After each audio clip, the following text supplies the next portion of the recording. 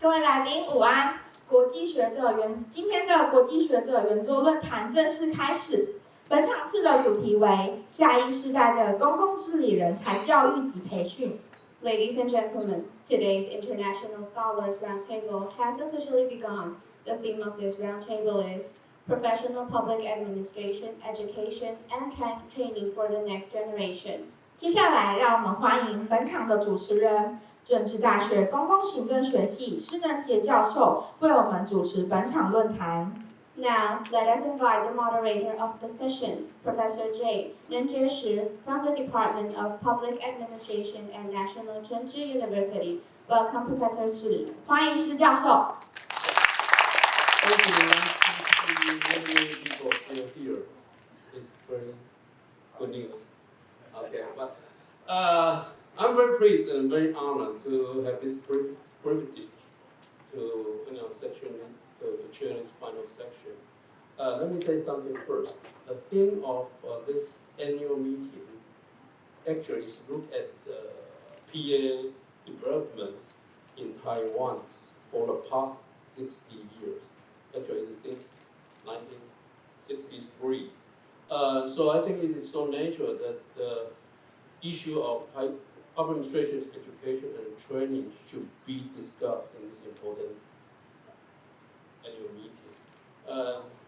We are very pleased to have 4 speakers to share your viewpoints later on.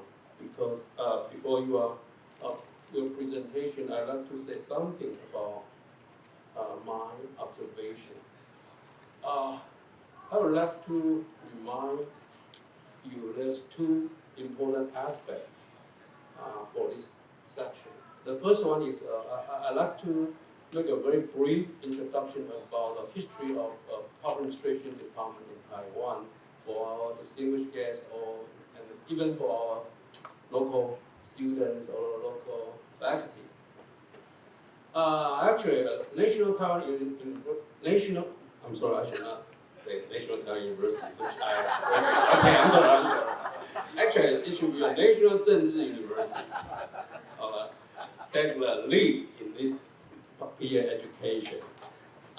In 1963, NCCU established the first university-level Department of Public Administration in Taiwan. But you can go back to probably about 1958. Actually, 1958, National Chengchi University already taught the public administration class under the Department of Political Science. So I would say that from 1963, we separate from the Department of Political Science to become an independent department. And 1964, the undergraduate program started from 1963, and the graduate program started from 1964.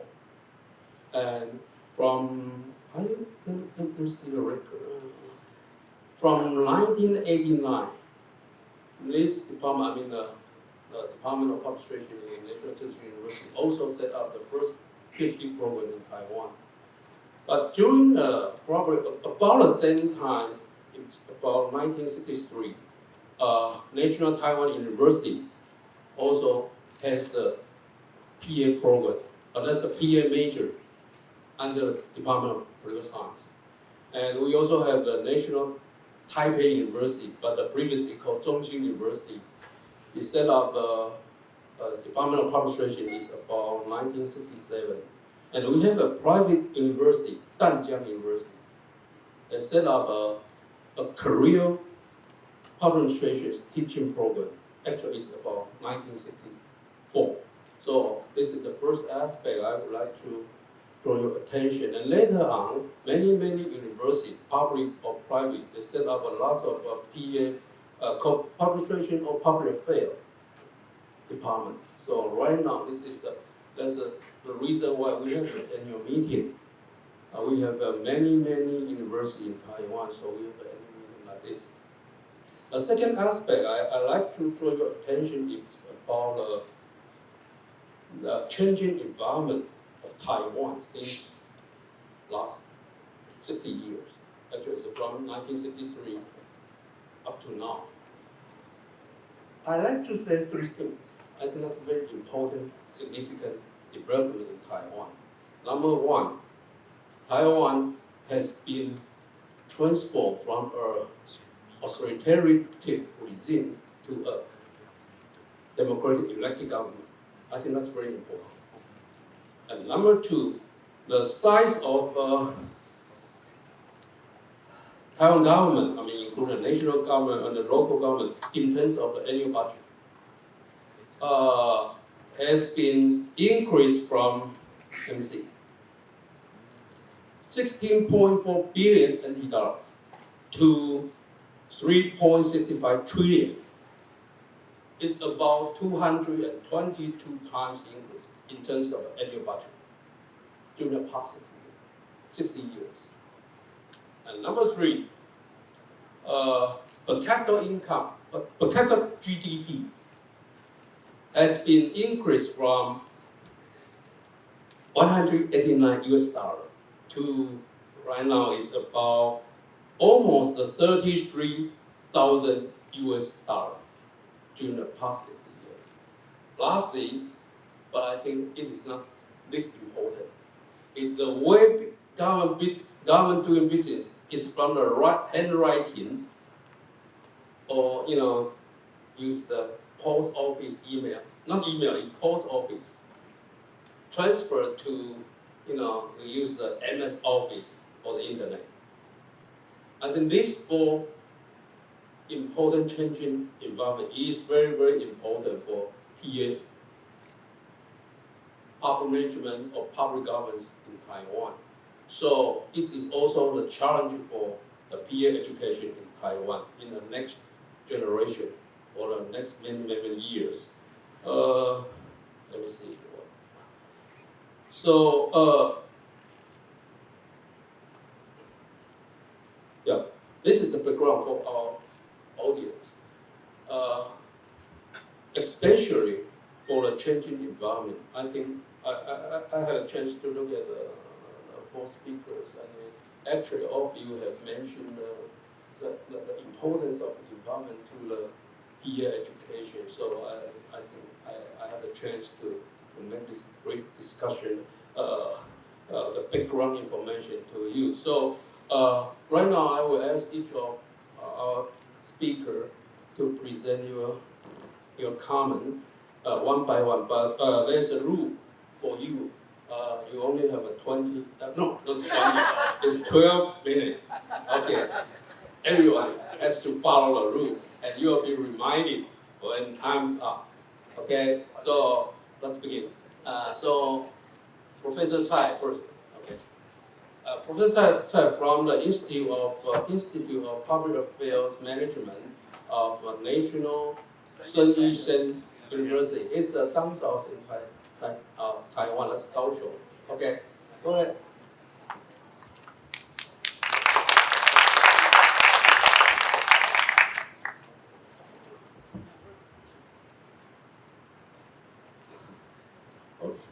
Okay. A little bit nervous. Okay. Thank you very much, and I'm very honored to have this chance, to begin this discussion. And compared to many professors here, I'm just a junior scholar, and so you guys have more teaching experience, maybe. But I think my role here is to raise questions from my experience from National Science and University. So I know in different university, different country, we have different problems in terms of how to for the PA education. So I just begin my presentation. So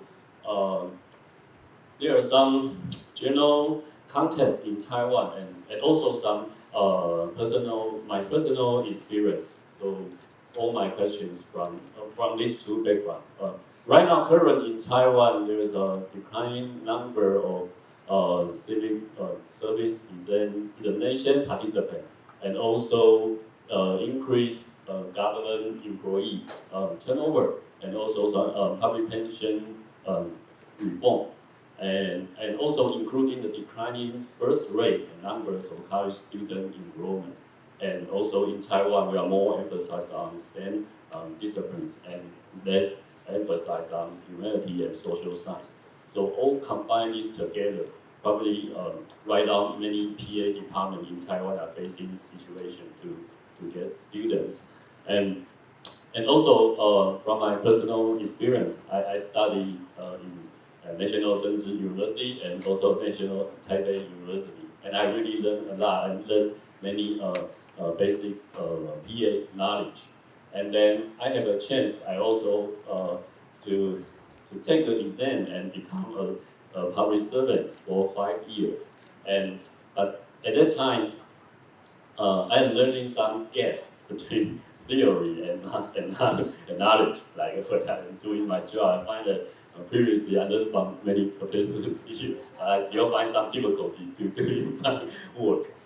Yeah, and also when I go back to academia to study PA in the US, I also find a different system and learning, especially in PA. In the US, they have MPA program, MPP program, and if you are familiar with those programs, they are prepared for different like career and different courses related to the different programs. And then when I come back to National Science University, I find that they have more diverse student background and interest. So which made me want to, I bring up with these two questions for different PA program. And for example, we have full-time, master, part-time, and PhD students. What kind of core competence do we want to teach for our students? Or can those core competences be taught? And then second, if we want to help students to get core competence, what kind of curriculums or course design do we need to develop? Yeah, and I can show you first these two. Yeah, for example, this although it's like cross-sectional, like just for this year, and we have 19 students, and they are from different background. PA from political science, PA just 4 students, and many of them from business management and mass communication and even language department. So very diverse background. And also for our part-time students, although there are like 12 or 13 students from government, also some are from private company or military or from the local council or from non-profit. So very diverse background. So I'm thinking about what kind of knowledge or core competence we can provide for the students. So I'm thinking that maybe if I hope we can develop students with cross-sectional or cross-disciplinary nature and related to those knowledge related to broader public interests, and it's useful for no matter you are in public, private, or non-profit, and for the different jobs. And so I think there are possible some options, but I think that this there is more than that. Yeah, especially I hope we want students can be aware of social issues and also cope with problems in local community, and also ethical thinking and strategic thinking. And one example is that, and many of the professors here probably also work on the USR, University Social Responsibility Project, and it's an important policy in current Taiwan's higher education. And I also have some funding from our Ministry of Education teaching practice research program, and I use this program and bring students outside of the classroom and go to local community, no matter it's rural community or in urban community, and different. I have 2 courses related to this project, and so for example, there are some pictures showing that bring students to a rural area and help local residents to solve their problem. no matter in the rural area, they want to collect their community memories. We help them to make the book for their community.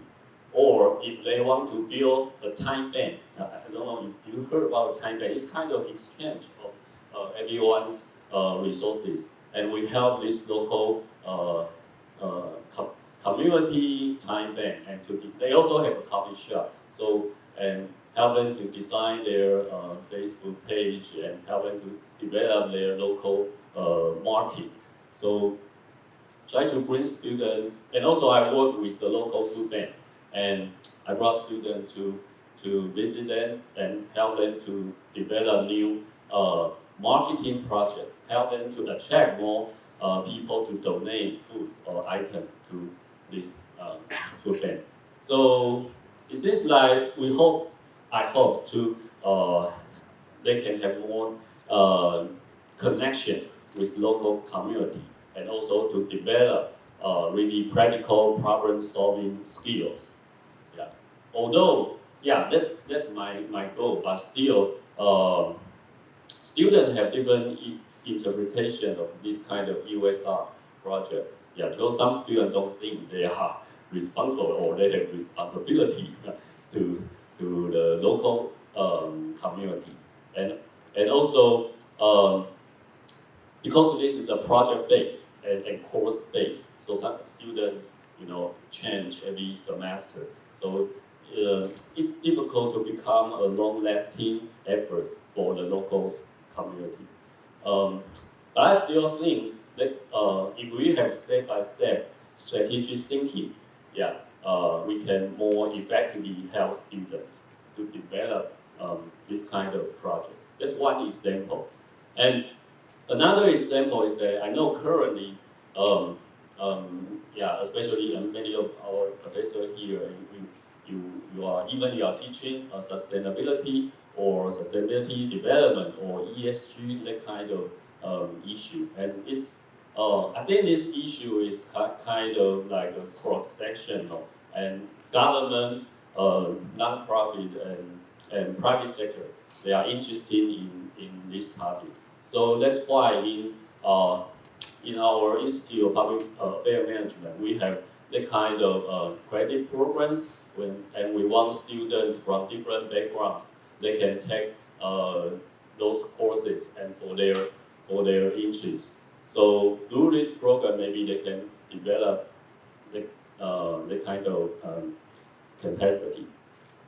So I also brought students to, because we are in the College of Management, a little bit different from some PA programs in other universities. So we'll have the opportunity to visit some our EMBA alumni company and have real interaction with their with those owners, business owners. So I think that's kind of have different experience, yeah, for students with diverse background. And in terms of PhD education, probably a different topic, and also, for example, in our school right now, most of the current students are part-time students and with diverse background. And in Taiwan, the higher education and the job market in Taiwan is very harsh. So a little bit difficult. We are still thinking what kind of skill we want to train our PhD student. Yeah, especially many of them may not go into the academia career. So what do we want to teach them? Academic writing or critical thinking or any kind of knowledge? Yeah, at least for me, I'm still thinking about this issue. So I think curriculum and course development, and also it depends on different departments, directions, resources, and faculty expertise. And I think different students they need their personalized mentoring, okay?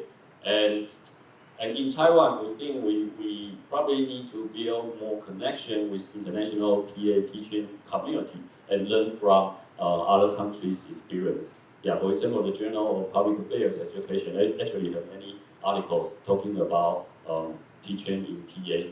But I seldom saw some information about Taiwan's. Yeah, maybe our scholars here can try to publish papers there. Okay, so that's my final thoughts. Yeah, thank you, and I look forward to your feedback.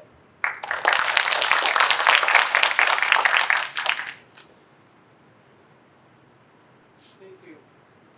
So I will invite Professor Bei to share your comment. Professor Bei from the Dong'an University in South Korea.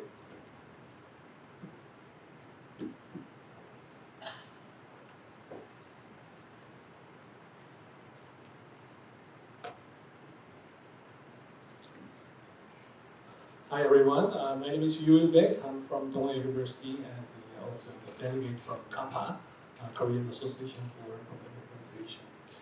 Today, I would like to emphasize the design thinking method as one of the teaching methods for public administration. Yesterday, our great professors actually emphasized the great challenges we face, and also they suggested some kind of a solution, policy capacity or some neutralization of the public administration programs and so forth.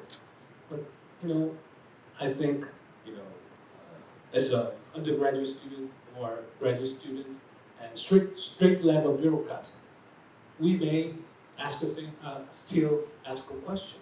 So, okay, I understand the great challenges. I can understand, policy capacity and so forth. But for us, what can we do, right? So I haven't thought about this kind of issue for a long time. And actually, I published a book about design thinking last month in Korea. It's in Korean, unfortunately.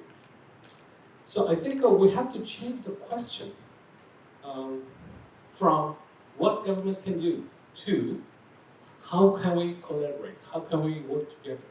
How can we produce better ideas and better solutions? So design thinking is about the kind of answer to the kind of question again. Let me skip this part. Let me begin with this famous scholar Herbert T. Simon's quote. To design is to devise the course of action in the changing existing situations into preferred ones. That means if you are dissatisfied with the current situation, you may do something, right? You want to find a solution. Then if that action itself is actually designing something for better or preferred situation. Let me take, if you are not familiar with the design thinking, let me take an example. Let me take an example of the Douglas Dietz, the industrial engineer at the GE, General Electric. He was the developer of an MRI machine. He was very proud after developing this MRI machine because this technology could save millions of people by detecting the disease early, right? But one day, he realizes a little girl, a 4-year-old girl, was crying before. Mom, I don't want to go into that MRI machine. I'm scared. I can't get into that machine because I still have the MRI machine is very small. So it can scare off very little children. So he was shocked because he was very proud of this product. How come people cry over this product? So he decided to observe the children's behavior and to interview the little kids and parents and thought about trying to empathize the children's the mind, why they are scared. After a series of discussions and interviews, observations, he came up with a new idea. Oh, why don't we make like an adventure series with this MRI machine? Pirates of Caribbean. So if you go into there, you can stay for like 30 minutes. It's fun, right? So after developing this new product, he observed the children's behavior, and children's reaction was like this: "Oh, can we come back later?" It's really, really fun. Although this is a private practice, I think we can introduce design thinking into public service, which is happening right now. So, increasingly there is a major gap between the public administration knowledge and what's happening in the field right now, right? We call it a wicked problem. Someone called super wicked problem, like a climate change issue. Previously, if you see the first graph, let me take an example of inflation. So you observe the inflation that's going on right now. At some point, your government step in and do some policy measures, right? Increase the interest rate, for example. Then, you could expect some kind of policy effect. But now, you don't understand what problem is. You cannot define the problem, and you are not sure whether these policy measures can solve the problem or not. This is just really a wicked problem. So we need to change from traditional approach to new approaches to solve the problem, wicked problem. We need more new ideas, innovative ideas. So design thinking actually put, end users, citizens, real needs at the center of policy formulation and public service process. We call it a human-centered process or user-centered approaches. It emphasizes a collaboration, bottom-up approach. And actually, in many countries, Singapore, including Singapore, Denmark, Finland, even South Korea, government actually started to use design thinking in solving many citizens' problems. Okay? And its basis is collaboration across your partition, cross-sectoral approach. So now UK Design Council, Singapore Design Council, Stanford Design School, and Norway's Virgin University also training both private sector and public sector workers, and in particular Norway's Virgin University and Toronto University, Canada, actually provide a design thinking education for civil service. They offer 9 months training, for example. So, design thinking, what in public that we call it public service design, is a kind of repeating process in which we seek to understand users, customers, or citizens in public sector context, and challenge existing assumptions. Why existing solution doesn't work? Right? We keep challenge and redefine the problems to identify the new ideas, innovative ideas. This design thinking method was originally developed in the industrial psychology, but now widespread sectors actually use this kind of design method. For example, Indra Nooyi, the former CEO of PepsiCo, she, as soon as she integrated as a CEO, she asked a question to her subordinates. Could you take a photo of good design? And nobody understood what she wanted. So someone took the photo of the good packaging, or some beautiful arts, but nobody understood what design means. What she meant was not about the packaging, innovative solution, deeper understanding about the citizens or people's needs. Okay? So if you successfully apply design thinking method to public sector service, you may make the citizens' real needs. You may achieve the effective public service delivery, and ultimately you can save a lot of, finance, government budget. Design thinking is one of the key aspects is experiment. You do experiment at small scale, and if successful, you expand the service to the entire nation. Eventually, in this way, you can provide some creative solutions that was not developed in the traditional hierarchical structure. So let me introduce some examples of Korea. Can you Have you ever seen this kind of chairs near traffic signals at the crossroads?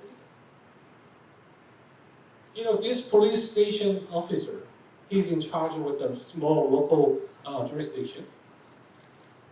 As soon as he inaugurated, he actually read the report. In his jurisdiction, there are a lot of car accidents, and many elderly people died. And according to that report, speeding was the main reason. Driver's behavior caused this kind of tragic accident. But after many hours of observation, he realized that he was not speeding. Speeding was not the main cause of this kind of car accident. He observed that elders have a difficulty in crossing this crossroad on time. They are very tired, very slow, fatigued. So he started to interview some elders using this crossroad, observe the people's behavior, and realize they come up with this kind of innovative idea. Small but innovative idea. Putting this kind of chair so you can take a rest before you cross this road. If you drive to somewhere you don't know, you're not familiar, you may be confused. I often do that, right? So a civil servant in Korea, come up with this idea. Why don't we color the road and lead the drivers to a specific destination? This is the case of Singapore. Singapore is very notorious for MRT breakdown, right? Very, very crowded. It's source of city dissatisfaction. A female design thinker, Agnes Kwok, she was working for Singapore Design Council. She came up with this kind of idea during the Qatar World Cup. Why don't we decorate our MRT train like this, soccer theme? So once passengers come in, this kind of structure move the people into the center of the train, so we can avoid some congestion. Right? This is also kind of a design thinking method to solve the small problem, but it can be a big problem, right? So Denmark's Mind Lab, Helsinki Lab, UK Design Council, Singapore Design Council are front runner in this public service innovation, and increasingly these kind of public labs become the center of public service innovation. Then what's happening in Korea? It's very similar to what you mentioned here. We also have a very, very similar problems. We don't have any full impactor to public service anymore. Previously, being a bureaucrat was a family and community honor, but not anymore, not popular anymore. Right? Why? Because time's up, I have to wrap up. Why? Because civil servant pension problem, low wage, hard working. Civil servants are mobilized to solve everything, even during the COVID-19. They were mobilized to, ensure the mask wearing and the screening process and so forth. Civil servants are not popular anymore. I think one of the reasons is because of the gap between the theory and practice. We need more practice-oriented education, and I think the design thinking is the great alternative as what you are doing at your universities. So this is what other universities doing. In Korean context, we have a link program. So governments actually fund this link program, and with that fund, local university professors can work with the local business, local communities, and the local citizens to our community problems. Okay? So I think we have to change in this way. More practice-oriented, design thinking-oriented public service education. Thank you very much. I'm so sorry for the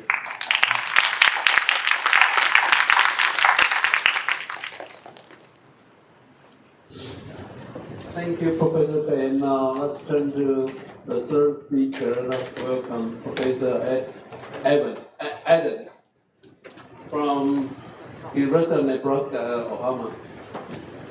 Thank you. And I think we're hearing some common themes here, and I think you'll hear some of the same from my presentation. Ni hao.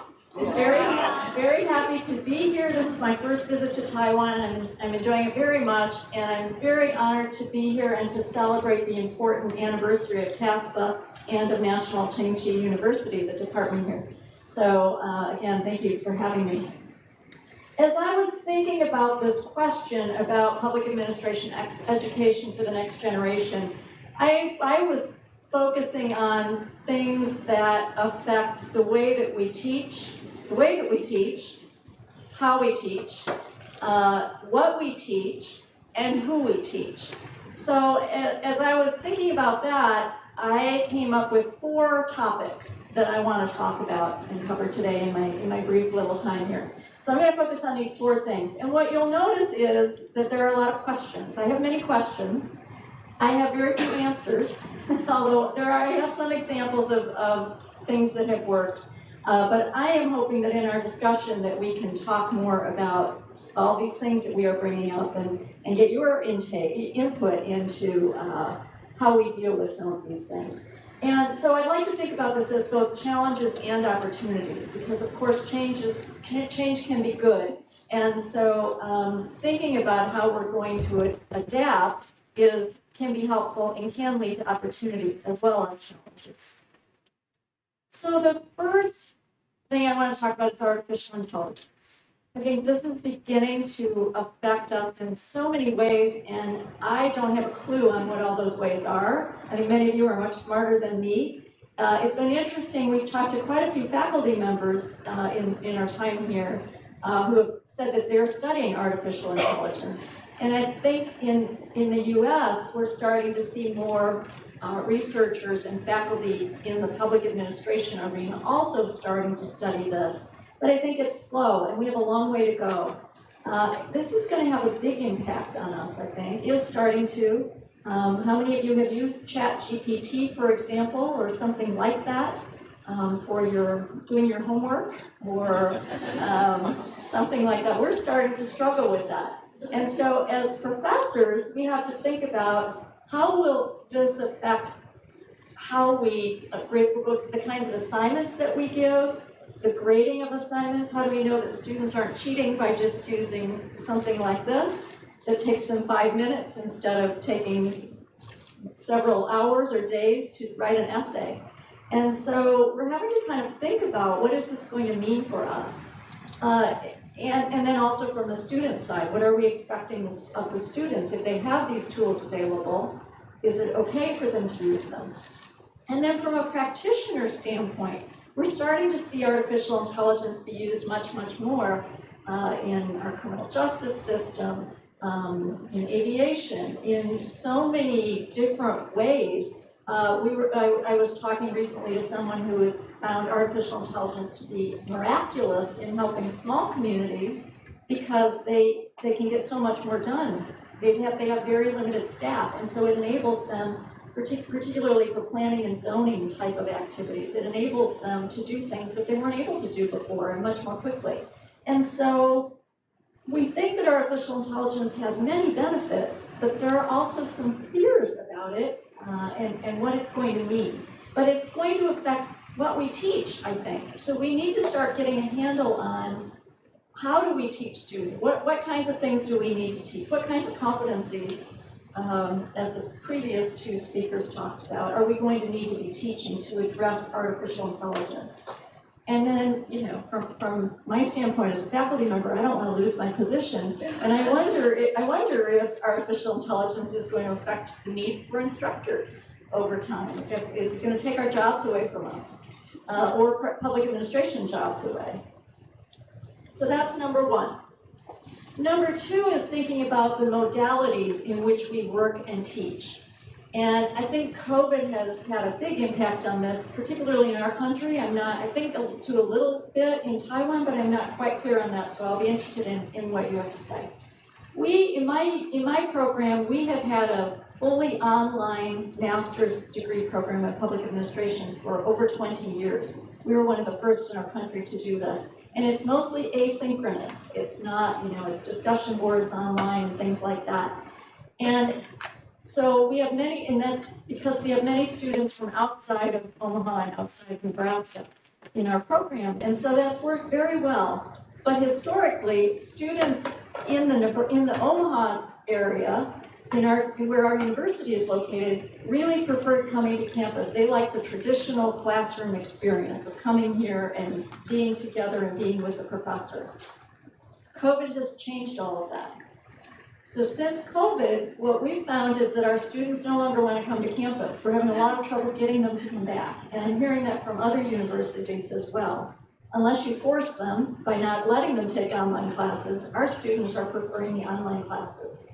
And again, I think there's benefit to that. The online program has a lot more flexibility and is good for students who need to travel a lot and things like that. But I wonder what this means for us in terms of networking with students. It's harder, I think, for online students to network with each other, and we think that's important for building community. And so what does this mean in the long run for that type of community building and students getting to know each other and the professor better? So I have concerns about that. And then as public administrators, again, since COVID, many of our organizations, our private sector and our public sector organizations, still have employees working from home and not going to the office every day. And this is having an effect on the workforce as well. If people have to go to the office, if they're forced to go to the office, they feel that it's unfair and they're being treated unfairly compared to people who can work remotely from home. As public servants, what do we expect? Do citizens expect to be able to go in person and see an actual person in an office? Or is it okay to do some things online? So I think this is going to have big effects, and we still need to work through all of this. And how do we teach our students if we're not sure what their workplaces are going to be like? So this is the second thing I think is kind of important for us to be thinking through. The third thing, and this again follows up on some of what we heard previously, especially from Professor Bay, that we have in the United States a serious lack of trust in government. It's gotten much worse. The polls show that something like 20% of Americans trust our central government to do the right thing. It's very, very low. And there's so much increasing political polarization in our country. It's very depressing. It's very difficult and challenging. It's challenging as a professor. We have students who have very different opinions, and it can be very difficult to structure conversations in class when we have so much division. And it's also difficult to think about how we train people when there's this much division. And we are also seeing a decreased interest in people wanting to work in government. We're seeing that across the country in our programs. So we've had declining enrollments overall. And it's very frightening because we need good people to work in government, and we want to train them to work in government. And so I think we have to figure out ways that we're going to deal with this, and how do we get people more interested? One thing that we've seen is that we have an increasing number of students over the last decade who are interested in nonprofits, NGOs, rather than government. And that's good because we need those organizations as well. But we're at a point where most of our students are interested in that rather than government. And so what we did with our curriculum a few years ago, we redesigned our master's curriculum, and we make sure that in all of our core classes, we are bringing in nonprofit concepts as well as government concepts. So that's how we dealt with that. But again, we need more people in government. And then the last thing that we've heard a lot about in yesterday's international session and then again today is the need for collaboration. Again, wicked problems. One government organization by itself cannot deal with climate change or homelessness or poverty. Or in our case, we have affordable housing crisis in our country. And so it takes a village. It takes everyone coming together. It takes all organizations, public, private, nonprofit. It takes many people. It takes academics and practitioners. It takes governments across the world, not just in the US and not just in Taiwan. And so are we doing enough to train our students in ways to be more collaborative? And again, back to the online teaching, I think that's problematic because it's harder to do collaborative, to get students to do more collaboration when they're online. And so this is a challenge, I think. How do we, as professors, how do we do this? How do we train people more to be collaborative and to learn how to do that?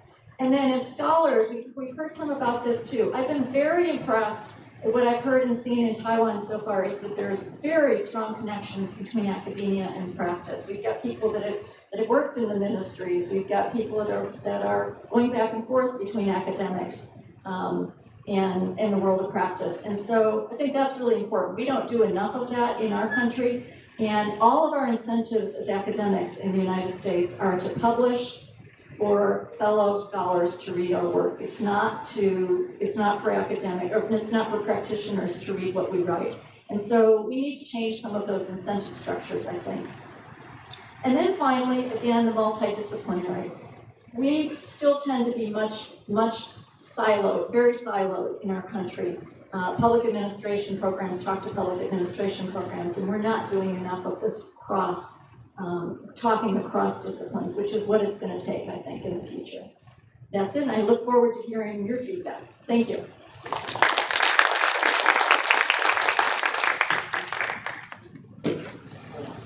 Thank you, Carol. Now, let's invite our final speaker. It's Professor Li from Department of Political Science, National Dongzhen University.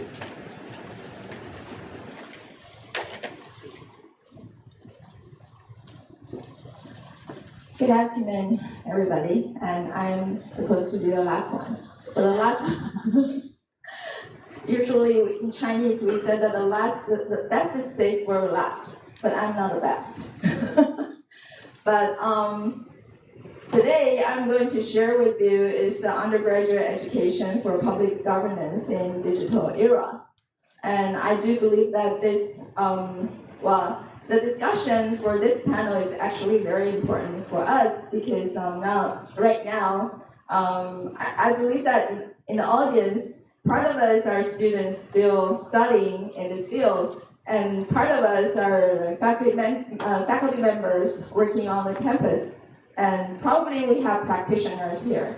So what we are going to discuss is actually very important for, for Taiwan. So my part here is just trying to see what's the difference. I mean, nowadays people, especially young people, they're so-called digital natives. They grown up surrounded by different kinds of electronic digital device. So they have their specific features. But what I'm going to say probably will irritate some of you. Because I saw some students here. This is totally from my own observation, no evidence, not evidence-based. Okay, so please don't be irritated by what I'm going to say. So I found that the feature of young adults in specifically this digital era is that they're very good at digital skills. They're good at using internet, social media platform, and different kinds of functional apps. And probably some of them are very good at simple programming. And starting from November last year, everybody here, including me, are very crazy about ChatGPT. So we actually, when I'm preparing this talk, I'm thinking about actually not only thinking about young people. Actually, I'm thinking about myself. How much I depend on the machine. So the second feature I'm trying to pinpoint is that nowadays young people, they are very good at hands-on courses. They like to learn from doing, but probably not like to learn from reading, especially reading the thick books or long journal papers. Okay, please don't. This is just my experience from my students. Okay, my students. Okay, but let's say something positive. You guys, young people nowadays are very creative. They learn, they have different kind of information coming in. They learn from different diversified sources. So they're very creative. But in the meantime, I feel like, including me, I'm not young people, but including me, I feel like we are losing autonomy and confidence in front of machine. So what do we do when we have questions in mind, pop up in mind? We pick up our cell phone and Google it. When we get lost, what do? We use Google Maps to guide our directions. When Google Maps tell us turn right, I don't dare to turn left, right? So we do a lot of things with the machine. And I'm feeling that I am losing my autonomy. In front of the machine, I feel that this is a machine equals to progress. Machine equals to advance. Machine equals to excellence, outstanding. So in front of machine, I am losing my confidence. Even when I need to do simple calculation, I pick up my cell phone to use the calculator, just to make sure that I don't make make mistake. So I'm trying to tell my students that try to be alert that we are losing our autonomy and we are losing confidence in front of the machine. And also, I feel that nowadays, young people, they are very sensitive to their own rights compared to my generation. They're more sensitive to their own rights. So this is good, actually. So, but for a quality public servants, what's their requirements for that, for a quality public servants? Here, I just pinpoint several of the characteristics in terms of hard skills, soft skills, and ethical requirements. Regarding the hard skills, we have critical thinking and project management, right? We need them to be evidence-based. They need to know how to collect data and to make the decision based on the data. Based on the data collection, and they need to know how to organize the data, analyze the data, and present what they see. And also, they need to apply logic, reasoning, and creativity to solve the problems. And beyond that, they need to know how to manage the project. They need to know how to plan, how to implement, how to monitor, and how to evaluate projects. So this is a hard skills. Of course, there are other hard skills. I'm just pinpointing several here. So about the soft skills, they need to know how to communicate, okay, to express ideas, opinions, and feedback, and informations in a clear and concise and respectful way. Okay, they need to be a good team member, and they need to adapt to uncertainty. And they need to be creative. So these are the soft skills. And what about the ethical requirements?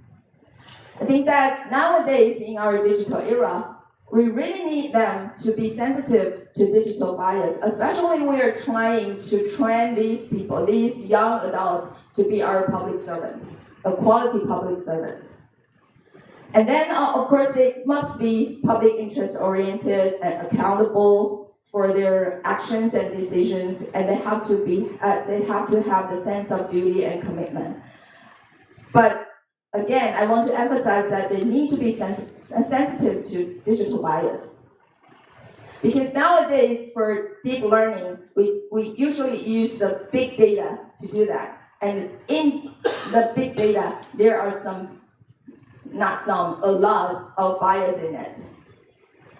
So we really need these young people to be sensitive to the digital bias.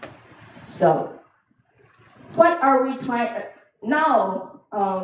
Some existing curriculum that we teach in our campus is that research methods, data analysis, public administration and policy, strategic planning, critical thinking, design thinking, analytical thinking, team collaboration, and so on and so on and so on. So these are what we are doing. But this is my last slide. Let's look at this graph. What I'm trying to say is that for the young people, they have this technical ability. But what else we should help them to know is that, first of all, like we have to teach them, or probably all of us should know how to judge, how to tell what kind of data is quality data. And they need to understand that machine still have the limit. Machine cannot help everything. Machine has the limit. And we need to know the accuracy rate of the machine. Yeah, it's not 100% accurate, okay? So it made mistakes. So, and also, they have to be aware of we are losing our autonomy in front of the machine. And also, we need to be sensitive to human and machine interaction. So, especially in this digital era, I think that the students are very good at digital skills, but I think there are extra that we probably want to tell them, or probably we need to learn about this. And for the soft skills, they are very creative. If you assign them to do something, they will create a lot of good things. But I think that they are losing their in-person communication skills. They don't know how to write to the professor. Yeah. And probably they need to learn the politeness and moral order in an online interaction. And I'm hoping that my students can stop and read a little bit. Stop doing things. Just sit there and read. Read a book. Complete a book. That is very important because that's how you learn what this writer's is logical path of from theory to the practice. So reading is very important. And another thing is that nowadays the young people, they are very sensitive to their own rights, and that's good. And that's good. Compared to my generation, this is a good positive side. But I think that we have to push forward further to say that, well, if you're sensitive to your own rights, please be sensitive to other people's rights, minority rights. So you have to be sensitive to the digital bias and embrace the diversity. It's very important. Don't stay in your cozy place, cozy circle. Reach out and embrace the diversity. So, this is my presentation. Thank you very much.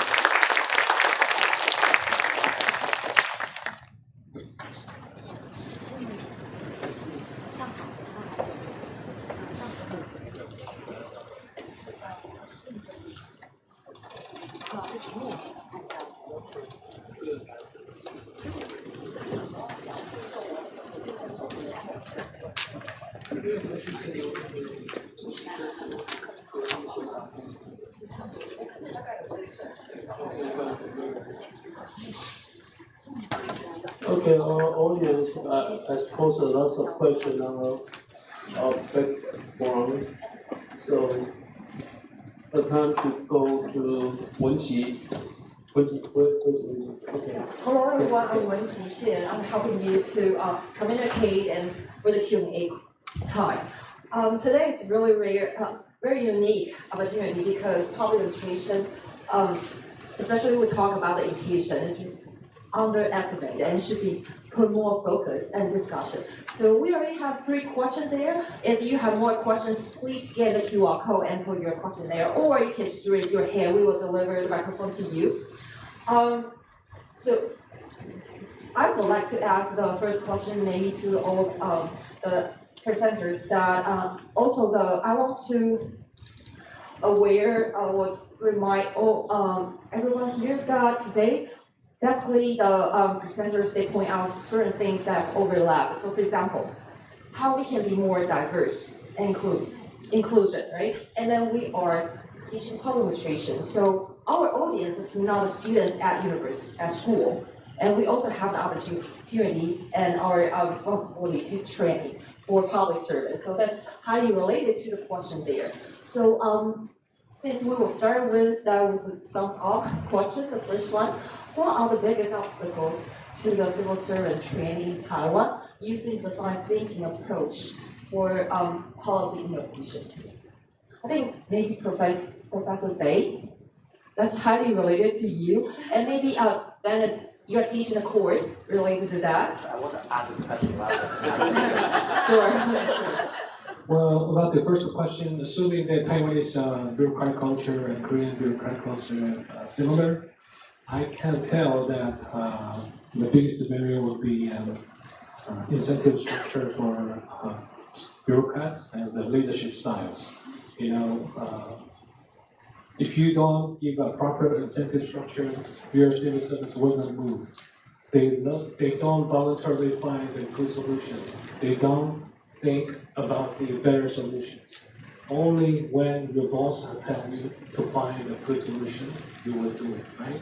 But as you saw my example of the policeman, he did that innovation voluntarily every day by walking his jurisdiction. He thought about the potential solutions.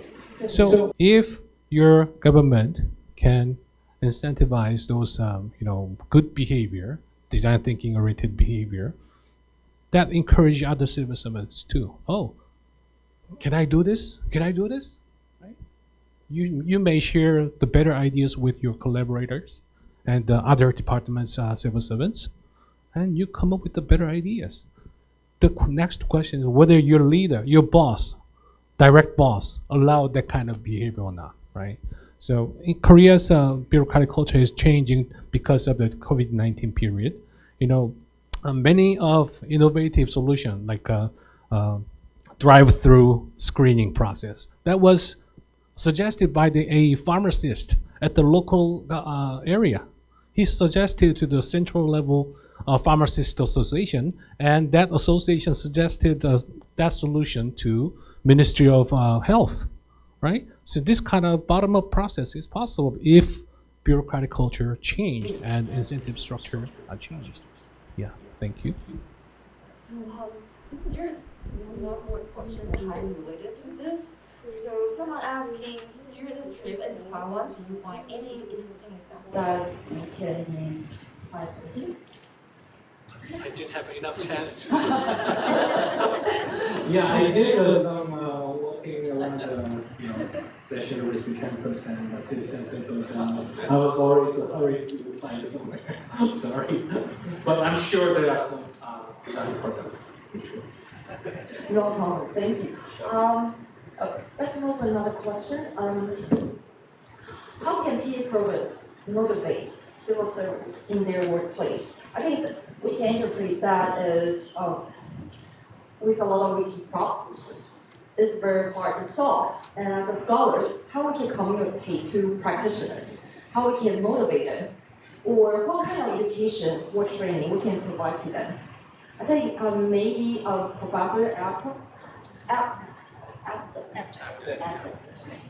because you mentioned several dimensions, and I think the first one to AI, we are very highly interested in this, and also you mentioned the low trust to the government. But how we can interact with them? One to AI, we are very highly interested in this, and also you mentioned the low trust to the government. But how we can interact with them? And again, I'm very interested in your thoughts on this. I'm not an expert here because like I said, I have more questions than I have answers.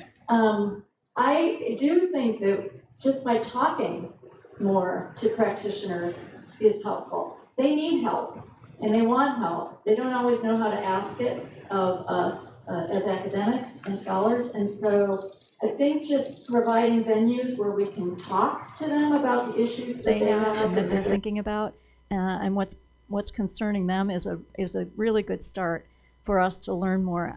One of the challenges that I see in our country is that it seems like students, like PhD students who want to go and become scholars, more and more want to do quantitative analysis because there's so much big data, right? And so they think, oh, I can just do all this quantitative analysis and it's great. And they're not spending enough time actually talking to practitioners, in my opinion. So I would like to see more interviews and qualitative analysis where our students are actually learning more about practitioners. But I would also like to turn this to Professor Shih, because I'm very interested in his thoughts about what we need and how to make these connections better. Can I do that? Can I ask you that? Connections between the bureaucrats and the scholars at the academy. Or what do you see as what we need to be training more for? That's a good question, but I never thought about it. But I would say that in Taiwan, it's a very, very difficult question, especially for the faculty at the university. Probably just like the United States, when most of faculty at our department or any university, we got a PhD degree and then go to the teaching career and never go outside of university. That's a big hurdle to any faculty. And we don't have a very good system to connect, for example, higher civil servants with the university.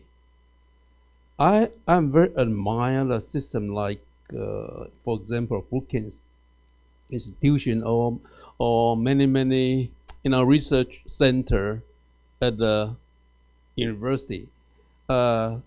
Many career civil servants or even the politicians, they may have a chance to go back to a university and to have share lots of experience with the the student or the faculty over there, and then one day I think that's a very important way to bridge the two communities. And in Taiwan, we don't have that kind of mechanism. And to some extent, I also find that the university is kind of rejecting this idea. You know what I mean? Because so I'm very lucky to come back to this department. It's very lucky, but this is not the case for many departments in a different university. They will say that you took many advantage. You should not go back again. You have to decide yourself when you already choose to go to be a politician or civil servant. But I think this is a very important way to create this mechanism. It creates a message to the, especially for the PA department or the political science department or any department of the social science, that there should be more close relationship between the university and college. I know the government has tried to establish a lot of programs about university social USR, but the USR is focused on trying to take the student to come up with many innovative ideas to solve with the community base. But I don't think that's a very formal channel to really get together. Yeah, that's my my thought.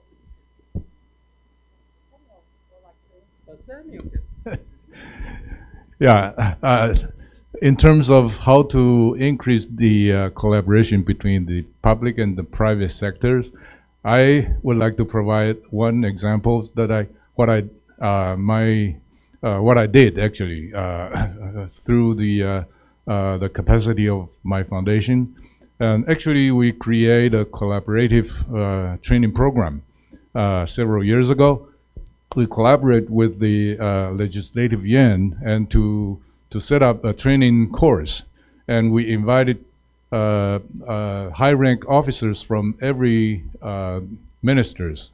And then we also invite high-rank officers from from many companies from the private sectors. And we put, half and half into several teams. And then what we did is we come up with a lot of questions, with a lot of problems, and ask them to team up and to work together and try to find a solution. And also ask them to compete, among all those teams. So they automatically, were forced to collaborate with each other. Part of them are from the private sectors and part of them are from the public sectors. And then after that, they became friends and they start to communicate. And after the training course, we actually put them all in line groups. So they will be able to communicate and become friends, for the rest of their lives. So actually, in that way, we not only put them together in a team-like situations for them to get used to, to talk to each other, but also we try to establish that connections for the rest of their career. And later we found that, actually they all become friends. And then they continuously communicate with each other. And that serves a lot of collaborations between the public and the private sectors. So that's one example that I can provide. Thank you. I think that your answer also responds to the question there, and the internship program, right? Because the collaboration also helped to build career opportunities to students. Professor Tsai, right? You mentioned different programs and collaborations in your presentation. Maybe you would like to answer this question. If internship can help or public service learning, or any other strategies that you think might be helpful to help them to stimulate, facilitate the understanding of public sector and the career planning? Yeah, I think maybe many of the PA programs in Taiwan, they also require students to do internship. I don't know if it's in Zhengzhi University right now. Yeah, previously in my department, we ask students to find internship by themselves. But sometimes it becomes, I think that there could be some problem. If the government they don't have, if you guys don't have mutual understanding or on the same base, sometimes students go there, they're just doing some copy work and do some, they may not really learn a lot from government, and then they even may create some bad image about government and don't want to go to government. So that's why we change our internship program. It becomes like what I showed you, we as teachers will bring students to local community or go to non-profit or even go to private company and serve as a team, and we work with the partner organization and try to do some problem solving activity. So, but it depends. I know in different department have different rules, but for government, sometimes and that's the reality. They may not want to give a lot of give too much work for students, especially sometimes it's related to the public. The benefit of probably if you let internship to do that, it could also create some problems. So. Yeah, I think it depends on how we design a good internship program, especially if you want to work with the government. Yeah. Actually, sounds like ridiculous technical problem to encourage government to initiate more internship program. The office space for each agency are very limited. They don't have a spare, table for Any others? So if they say I could buy internship program, I mean I don't know, you know what I mean. People come here, but they don't have the space to sit. So for some agency, this is a really technical problem. But the other technical problem is that because in Taiwan, our civil servant examination. So in the United States, you encourage students to probably have an internship because that's kind of to attract the potential applicants to the agencies. You don't have to have a national examination. But in Taiwan, even you say, oh, that's good, the government job is good, but if you don't pass the examination, then it doesn't make any sense to you. So I think there's some fundamental and technical problem in Taiwan, but I strongly support if we can do some more meaningful internship program. I think that's good for government because most of the people who participate in internship, they are young. So back to Professor Lee, young people, young generation, because you always mention that you mentioned lots of times that your generation, and sounds like we are not very good. But young people does have their strengths. So if the government can have more young people to work, I think that's a good idea. I really think so. But just in Taiwan, our civil servant, you probably, don't know the average age to be the civil servants is about 28 to 29 years old. Actually, I think that's too old. So, that's lots of structural problem in Taiwan. Okay. Okay.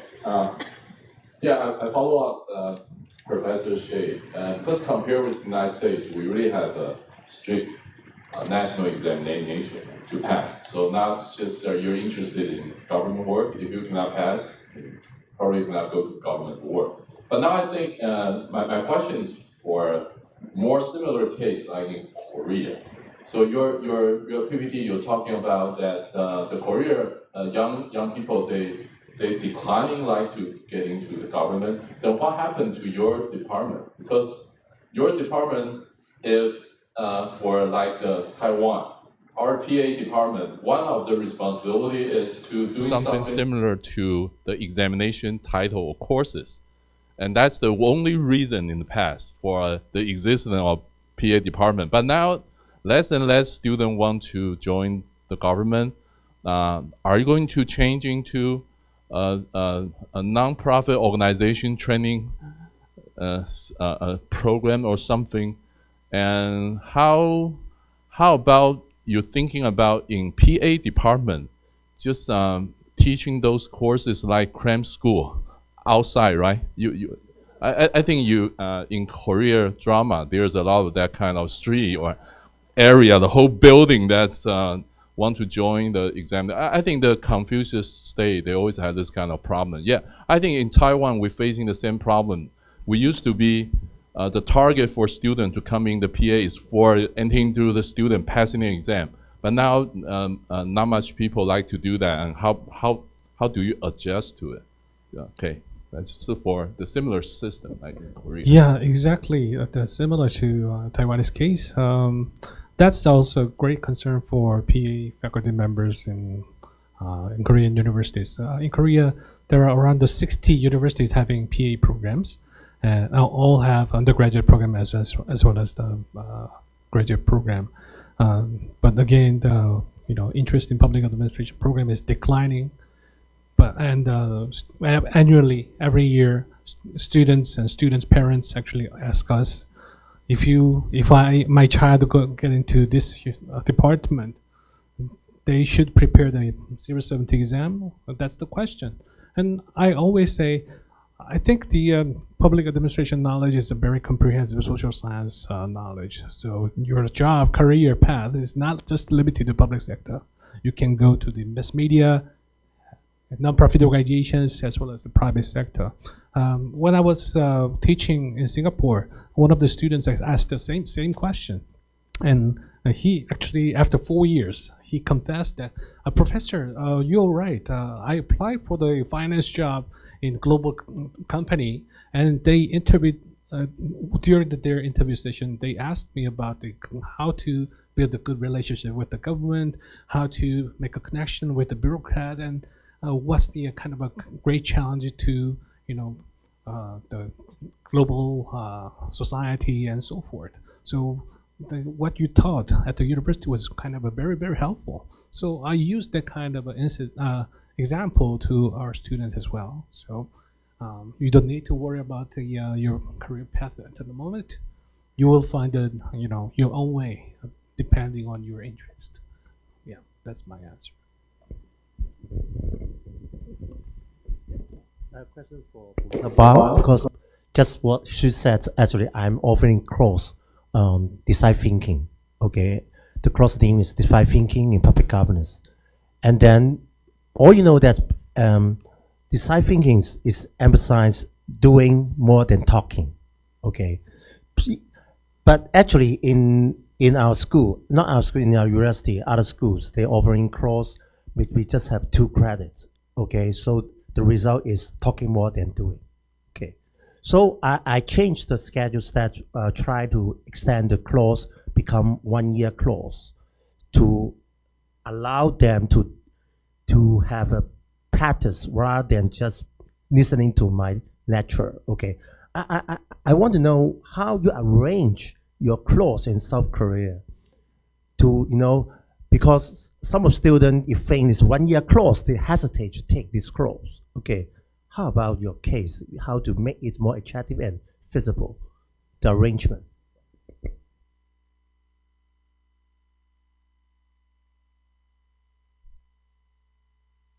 Actually, I'm offering design thinking class this term for the first time.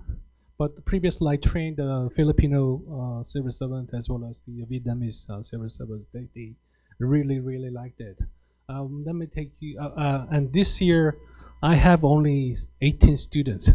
They are reluctant to take this kind of practice-oriented or design thinking-oriented, classes.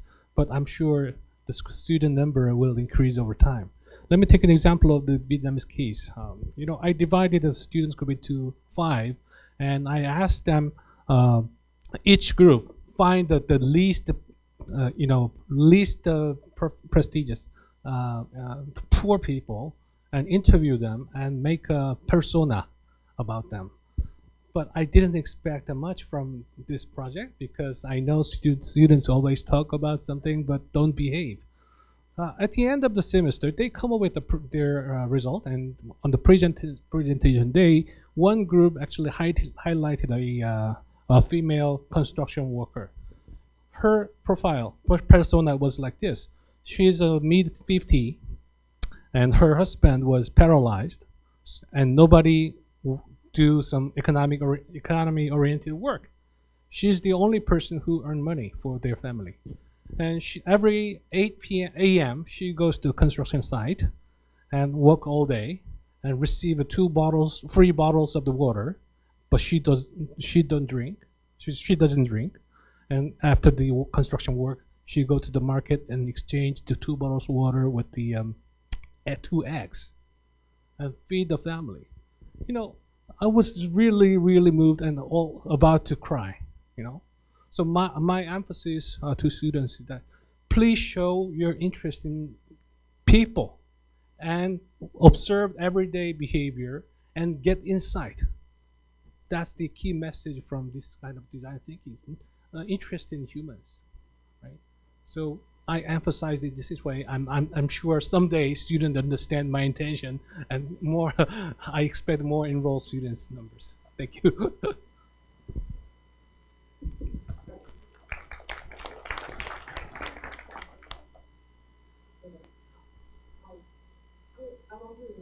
everyone. That is our this final time to focus on one very fundamental but very pressing and important question that I believe everyone is really care about. It's like in the digital world, right now, especially the impact from AI, how we can react to it. So that question basically asks how is there any suggestions or advice you can provide? I want to further ask any other teaching strategies that we can use. For example, like right now I'm exploring maybe peer assessment or reflection that we can add onto that, because we know even as we know any software right now we can detect it's written by AI or not, right? And then maybe we can do something to change to increase the incentive of students to join more, be engaged in the classroom. Or we can use some other teaching strategies to help they learn to change their behavior. I would like to maybe Professor Tsai, because you mentioned that students' attitude and they become more sensitive. It's a good thing they were willing to provide their idea, right? I'm sorry. The one next to Professor Tsai. She's falling asleep. It's 5 p.m. So she mentioned a very important point. Students become more sensitive. But the positive side is they were willing to express their opinions. That's a good thing. So how we can utilize the trait of the student, or especially how we can change it. And maybe after Professor Li provide her opinion, we can open to our audience, because we have many experts here and honorable guests from different countries. So we can provide different opinions to enrich our discussion today. Thanks. Okay. I have a very short answer to this question. Compete with the students. Yeah, they play GPT, you play GPT. ChatGPT. They play whatever apps, you play with the apps. Just compete with them so that you know the tricks.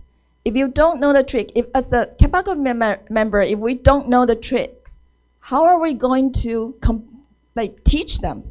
But actually, because I depend on ChatGPT a lot, to be honest with you, I like to chat with it. I mean, it's fun. And at some point, I feel like I some sort of fall in love with it. You know, yeah, sometimes I have to say please and thank you, even though I know this is all these algorithms behind it. But still, I feel like I'm talking to a person. So if I like it, I don't think I can ban the students from doing it. So compete with them. And then probably you can see something interesting from it. And for PA program, we can try to use ChatGPT to create some scenario for case study for the class. And that would be great. I mean, especially for a faculty member like me, I don't have any practical experience in public sector, and that might be a good experience. I mean, that might be a good reference for me. They're like timing up, so. All right. You want to open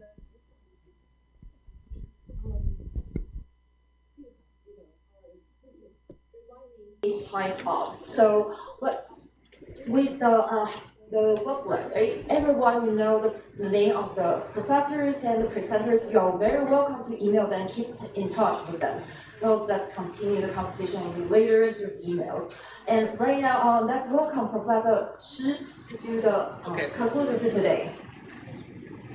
Thank you for each of our four distinguished speakers to share your comment. Looks to me, there's no any common conclusion from all of you. But I really think that I heard repeatedly about collaboration and creativity. So probably, but to me, that's how we teach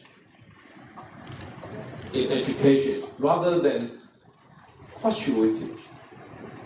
So being a moderator, also the host of this event, I would like to take this advantage to share my final thought.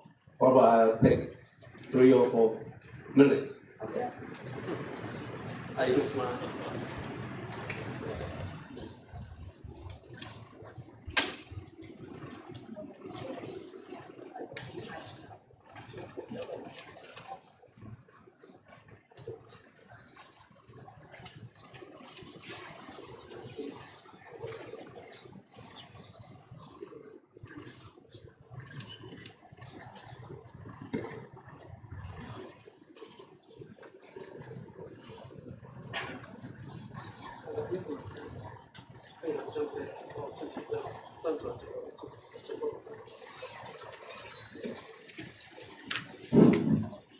Actually, I'm very old professional in terms of teaching public administration. So I think all knowledge is still useful in Taiwan. And especially, I have 10 years service in the government.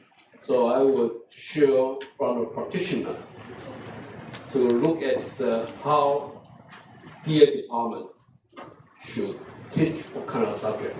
Okay.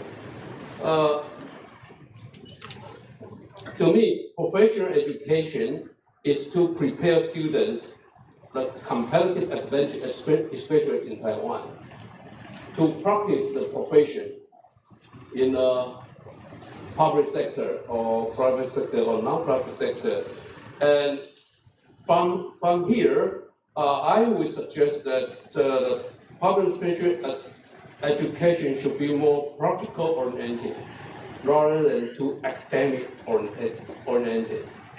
The second one is I strongly support that the PA program in Taiwan should move to graduate school oriented rather than undergraduate oriented. That means we should close all undergraduate program in Taiwan and we will try to focus on or expand our graduate program.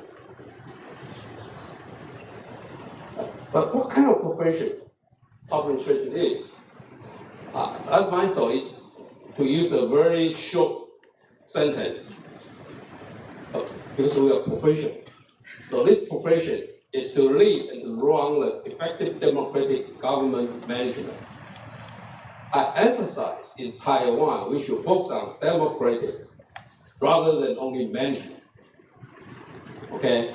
Because democratic public administration type of government is in many ways aspect different from business.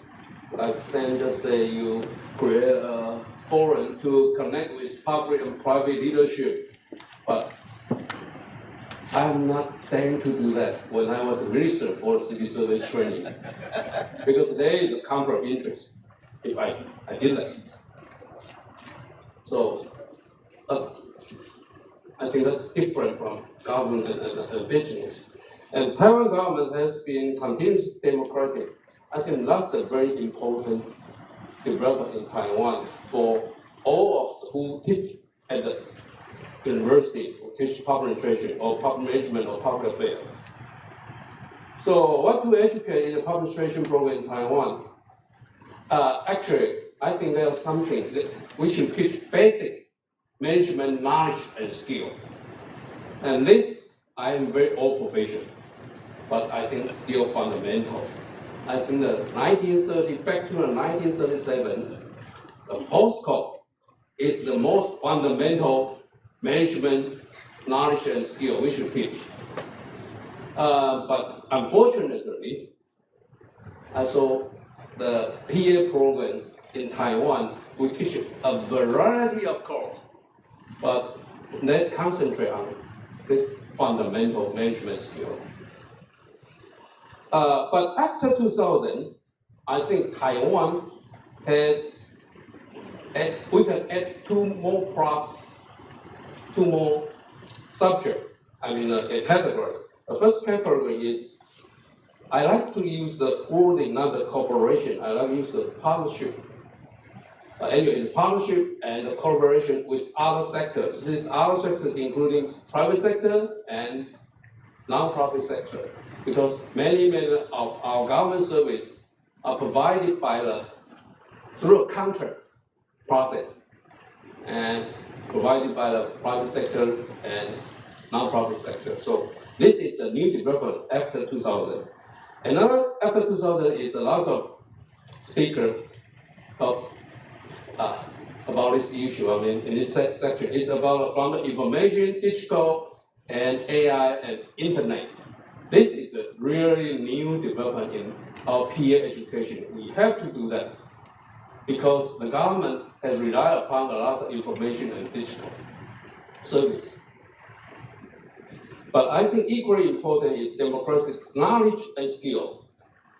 And the first one, we have to teach democratic public administration values. That include rule of law, transparency, openness, integrity, and accountability. And the second one, we have to teach our students, have to more aware about external environmental communication and management. And finally, I think that's very important. Someone calls it public service motivation, but I like to focus on is a sense of humanism, compassion to disadvantage, inclusion, and active. And finally, how to teach is really important. And in fact, I think that's a big challenge for our faculties, including me. I'm too old to change myself. So I don't like use the ChatGPT. I never use a ChatGPT. I refuse to use a ChatGPT in class or in anywhere because I don't like being controlled by machine. But our students use that. I know that. But I think that we should use more localized, auto-localization, problem-based learning technicals. I mean, for the teaching. And we should give more assignments to practice how to apply all professional knowledge and skill. And we should encourage self-learning from internet or online. I agree with that. That's no problem for me, even though I think face-to-face is more, probably is better than the online learning. That's my observation. That's ChatGPT now. Finally, I think we should cultivate student ability to learn, willing to learn and learn fast. Many new knowledge and skills during the professional career. Because I find lots of civil servants, when they become civil servants, they don't want to learn. But then they learn very slowly. So that's a big problem in Taiwan.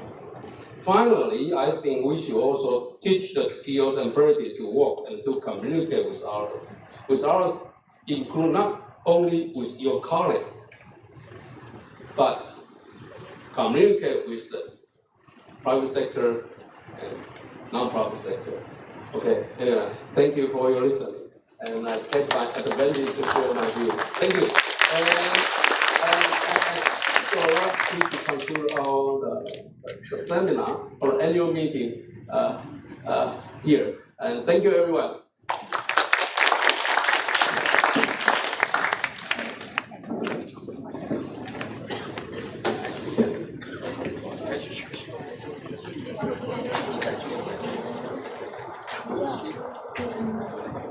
本场圆桌论坛发表到此结束。那谢谢各位学术的先进以及国际学者们带来精彩的研究成果跟知识交流，也感谢施教授为我们本场圆桌论坛的主持。Thank you to all participants for your wonderful research and knowledge exchange. A special thanks for Professor Shih for moderating the session. 另外，我们邀请本场圆桌论坛的主持人以及4位与谈者帮我们上台，我们一起进行的大合影。We would like to invite all moderator and discussants to take photos on the stage.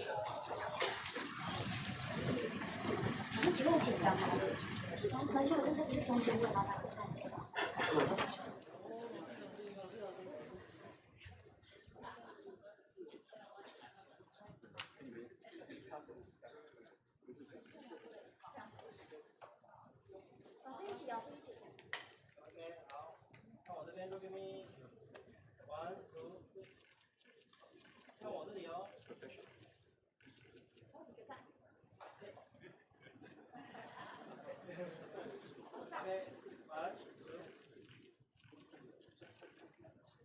Okay, thank you.